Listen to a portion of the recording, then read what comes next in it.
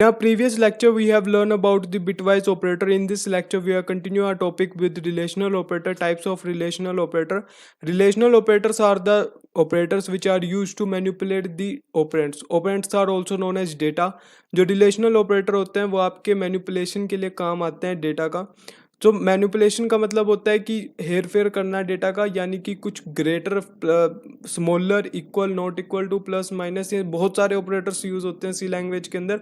पर आज हम जो बात करेंगे वो उसको हम कहेंगे relational operator. Relational operators are the operators which are used to check whether the operands are greater, smaller, equal and not equal to. सो जो रिलेशनल ऑपरेटर होते हैं वो आपका वे वाले ऑपरेटर्स होते हैं जो आपके यूज्ड होते हैं चेक करने के लिए whether the operand is greater, smaller, equal and not equal to. So types of relational operator, there are 6 different types of relational operator. First relational operator is greater than, smaller than, greater than, equal to, smaller than, equal to and not equal to. So there are total 6 relational operator in C language. पहले आपका greater than का जो sign होता है वो आपको screen पे दिख रहा है. तो ये आपको बताता है कि कौन सा ऑपरेंट और कौन सा डेटा, कौन सी वैल्यू, कौन सा वेरिएबल, कौन सा कांस्टेंट, कौन सा कीवर्ड जो है आपका ग्रेटर है और कौन सा आपका स्मॉलर है, कौन सा आपका ग्रेटर और इक्वल है, कौन सा आपका स्मॉलर और इक्वल है, कौन सा आपका इक्वल है, कौन सा आपका नॉट इक्वल है.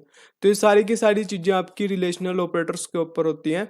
सो रिलेशनल ऑपरेटर्स जो होते हैं वो आपके प्रायोरिटी बेस्ड होते हैं. The priority of greater than, smaller than, greater than, equal to and smaller than equal to is more than the equal to and not equal to. तो जो प्रायोरिटी है आपकी वो आपकी जो ग्रेटर देन की है, स्मॉलर देन की है, ग्रेटर देन इक्वल टू की है, स्मॉलर देन इक्वल टू की है, वो ज़्यादा है एज कम्पेयर टू आप equal to and not equal to. If the operands have similar priority then they start from left to right. ऐसा भी हो सकता है कि जैसे कि मान लो, हो सकता है कि आप बहुत बार ऐसा होता है कि हम क्या करते हैं, दो ऑपरेटर्स को विद सिमिलर प्रायोरिटी एक ही लाइन में लिख देते हैं. तो अब जो है वो हम कंफ्यूज हो जाएंगे और कंपाइलर भी कंफ्यूज हो जाएगा कि कौन सी प्रायोरिटी को हम सबसे पहले, कौन से ऑपरेटर को हम सबसे पहले एग्जीक्यूट करें. तो सबसे पहले हम लोग क्या करते हैं, इसका एक रूल है. वो रूल क्या है कि जो आपका सबसे पहले लेफ्ट में ऑपरेटर आता है तो हम सबसे पहले उसे एग्जीक्यूट करते हैं, फिर उसके बाद राइट वाला एग्जीक्यूट करते हैं.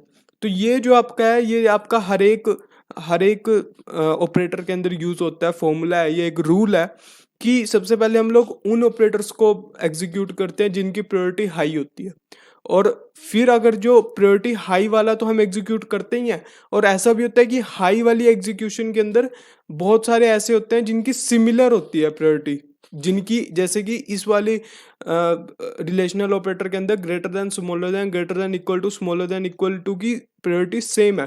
तो हम इसके लिए लेफ्ट टू राइट का फॉर्मूला यूज करते हैं. So relational operator result is 0 और 1. तो जो रिलेशनल ऑपरेटर होते हैं इनकी जो प्रायोरिटी होती है वो आपकी मतलब इक्वल भी होती है और नॉट इक्वल भी होती है. लेकिन जो इनका रिजल्ट आता है वो आपका हमेशा बाइनरी फॉर्म में आता है, या तो 0 आएगा या 1 आएगा. ऐसा नहीं है कि आपकी कोई न्यूमेरिक. ऐसा हो सकता है कि जैसे कि हम लोग क्या करते हैं कि 0 को हम लेते हैं फॉल्स. 0 का मतलब है फॉल्स और 1 का मतलब है ट्रू. 1 एक एक न्यूमेरिक वैल्यू है और 0 जो है वो एक होल वैल्यू है. तो हम 1 का मतलब है ट्रू. तो इसका मतलब ये है कि 2, 3, 4, 5, 6, 7, 8, 9, 10 पूरी जितनी भी वैल्यूज हैं वो आपकी ट्रू है. -1, -2, -3 वो भी आपकी ट्रू है. अगर 0 है इसका मतलब आपका फॉल्स है. तो इस वाले टॉपिक को और अच्छे से समझने के लिए हम लोग एक program, let's make a program to understand all this concept. मैंने इसके अंदर देव C++ की एक आईडी खोल ली. इसके अंदर मैंने कंट्रोल एन से एक न्यू फाइल्स बना लिया है. इसके अंदर सबसे पहले मैं इंक्लूड करूंगा अपनी हेडर फाइल्स #include studio.h. फिर मैं इसके अंदर इंक्लूड करूंगा conio.h.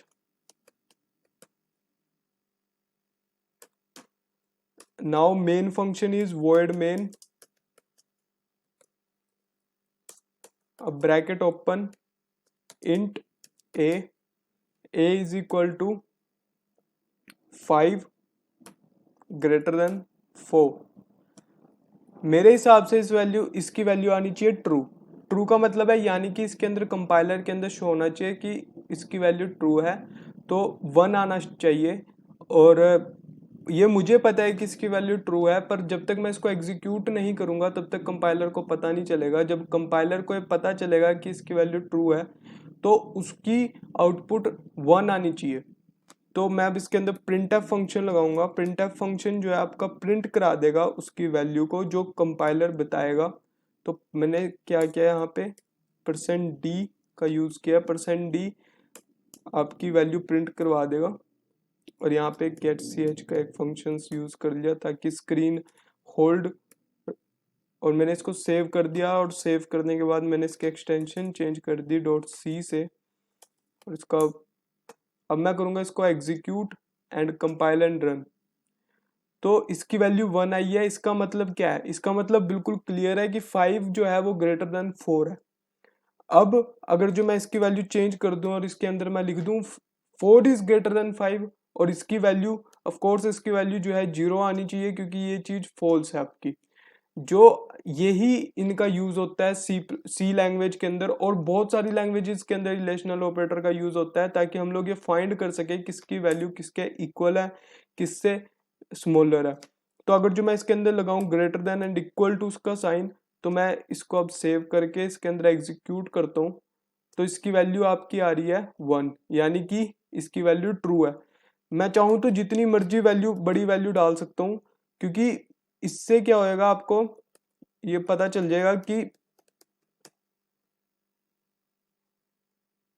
अब इसकी वैल्यू जो है, अब इसकी वैल्यू मुझे भी नहीं पता, अब यही बताएगा कि इसकी वैल्यू ट्रू है या फॉल्स है। इसकी वैल्यू फॉल्स है क्योंकि इसकी अगर जो मैं इसके अंदर सिर्फ ग्रेटर देन का साइन लगाऊं और इसको सेव करके दोबारा एग्जीक्यूट करूं तो इसकी वैल्यू आएगी आपकी फॉल्स, यानी कि ये जो नंबर जो मैंने डाला है ये आपका बड़ा नहीं है इस वाले नंबर से। इसी तरह इसके अंदर बहुत सारे ऑपरेटर्स यूज होते हैं जैसे greater than, smaller than, greater than, equal to, not equal to. तो अब जो है हमारे पास एक और, अगर जो मैं इसके अंदर लिखूं कि 5 इज नॉट इक्वल टू 5, तो आई थिंक इसकी वैल्यू 0 आनी चाहिए क्योंकि 5 जो है वो इक्वल होता है 5 के। तो इसकी आउटपुट आई है 0। तो इसका मतलब ये है कि हमारा प्रोग्राम भी ठीक चल रहा है और हमने रिलेशनल ऑपरेटर्स को भी बहुत अच्छे से समझ चुके हैं।